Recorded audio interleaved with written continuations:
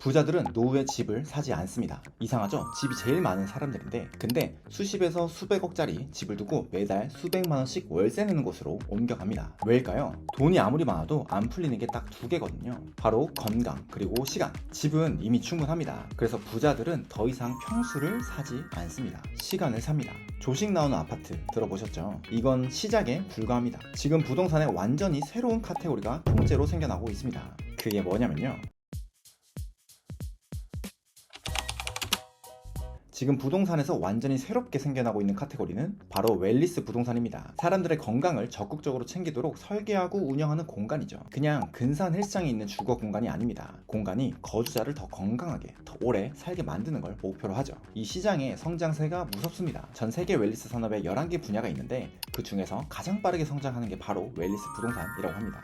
2위인 멘탈 웰니스의 2배이고요. 2017년엔 150조였던 시장이 2025년엔 1100조를 넘겼고 2030년이면 2000조를 넘길 거라고 합니다. 쉽게 말해 전 세계 반도체 시장이 2025년에 약 900조인데요. 집계 방식이 달라서 1대1로 비교할 수는 없지만 그 반도체 시장에 맞먹는 규모라고 보면 됩니다. 그럼 부자들은 이 세 카테고리에서 구체적으로 뭘 사는 걸까요?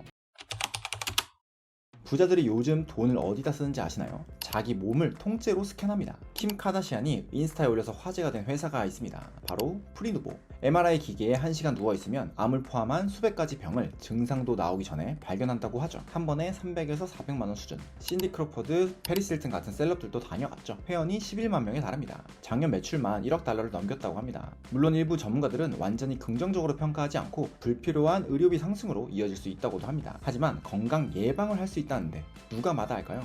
이런 회사가 더 있습니다. 아예 병원이 아니라 호텔처럼 꾸민 전용 시설에서 검진을 받습니다. 라운지에 게스트룸까지 있죠. 전신 MRI의 유전자 분석, 120가지 혈액 검사를 하루에 몰아서 받는데 시작 가격이 약 1000만 원입니다. 이걸 롱제비티, 수면 연장 산업이라고 부릅니다. 부자들이 돈으로 시간을 사는 거죠. 근데 이게 이제 병원이 아니라 집으로 들어옵니다. 웰니스가 집에 들어온다고 병원을 직접 만드는 걸까요? 아닙니다. 의료는 아무나 하지 못하죠. 면허가 있어야 하고 규제도 엄격합니다. 부동산 회사가 직접 들어갈 수 있는 영역이 아닌 거죠. 그래서 섞습니다. 파크 웨스테이트, 일본의 부동산 대기업인 미쓰이 부동산이 만든 시니어 레지던스입니다. 한 건물 안에 서로 다른 세 주체가 섞여 있습니다. 첫 번째, 미쓰이는 건물을 짓고 소유합니다. 자본과 부동산을 담당하죠. 두 번째, 운영은 미쓰이가 만든 전담 운영 회사가 담당합니다. 입주자 계약, 호텔식 서비스 등을 제공하죠. 총 지배인을 한국의 신라호텔 격인 제국 호텔 출신을 데려오기도 하죠. 세 번째, 의료는 외부 의료 법인이 맡습니다. 대학병원 출신 의사들이 건물 내 클리닉을 차려 입주자의 주치의로 일상 건강 관리를 담당하죠. 그 외 간병이나 F&B는 별도 위탁을 주기도 하고요. 미국에선 자본까지 섞습니다. 디에스테이트라는 브랜드인데 호텔 레지던스 안에 롱제비티 클리닉을 통째로 넣어 2030년까지 전 세계 25곳을 짓겠다고 선언했습니다. 멤버십은 연 4,900만원, 전신 MRI에 심폐CT, 골밀도 검사까지 제공하죠. 그래서 누가 하냐면요, 호텔리어 샘 나자리안과 그 유명한 토니 로빈스. 샘 나자리안은 아코르 그룹에 본인의 호텔 지분을 매각하기도 했고, 토니 로빈스는 전 세계 100개국 이상에서 5천만 명 이상의 사람들에게 강연을 하는 자기 개발계의 구루로 통하죠. 핵심은 구조입니다. 의료는 파운틴 라이프라는 클리닉 회사인데 이 회사를 공동 창업 및 투자한 사람이 토니 로빈슨입니다. 즉 호텔 브랜드와 의료 회사가 단순 임대 관계가 아닌 지분으로 엮여 있는 거죠. 이들은 우리는 메디컬 호텔을 짓는 게 아니다. 럭셔리 호텔과 레지던스를 짓되 의료로 차별화하는 것이다 라고 말하죠. 집에 건강이라는 개념을 넣는다는 게 그럴싸한 헬스장 하나를 넣는 게 아닙니다. 하나의 공간에 자본, 운영, 진료의 영역을 계약과 지분 구조로 묶어내는 것이죠. 결국 이런 기획을 어떻게 하냐가 가장 중요한 겁니다. 아참, 여기까지 내용이 유익하셨다면 구독과 좋아요 부탁드리겠습니다. 근데 여기까지 들으면 이런 생각이 들죠. 전신 MRI, 호텔식 클리닉, 부자들만 받는 거 아니야? 맞습니다. 그럴지도 모르죠. 근데 꼭 부자가 아니어도 서비스가 제공되는 집이 필요할까요? 우린 모두가 늙고 심지어 노인 인구도 늘고 있잖아요. 근데 여기서 중요한 건 노인이 느니까 시니어 주택 수요도 늘겠지 라는 건 잘못된 생각입니다. 노인이 증가하니까 시니어 주택 수요도 증가하겠지? 반은 맞고 반은 틀립니다. 노인이 늘어도 대부분은 살던 집에 그대로 남고 싶어 합니다. 미국 조사를 보면 50세 이상 4명 중 3명이 지금 집에서 계속 살고 싶다 라고 답합니다. 그러니까 노인 증가 이꼴 시니어 레지던스 증가는 너무 단순화된 등식이죠. 진짜 질문은 이겁니다. 70세가 됐을 때 혼자 사는 거랑 서비스 붙은 집에 사는 거 뭐가 더 합리적일까요? 근데 여기에 간병인이나 돌봄 서비스가 붙으면 얘기가 달라집니다. 요리, 청소, 심부름 등 가사 도우미나 목욕, 옷 입기 등 간병의 경우 연 7.6만 달러, 약 1억 원 이상, 월 900만 원 가량입니다. 근데 어시스티드 리빙, 즉 시니어 레지던스의 개념은 연 7만 달러 수준이죠. 물론 제공받는 서비스 종류나 퀄리티의 차이는 있겠지만 서비스나 돌봄이 하나라도 필요해지면 묶어서 제공되는 게 더 저렴할 수밖에 없습니다. 서비스 돌봄은 결국 사람 인건비가 주요하죠.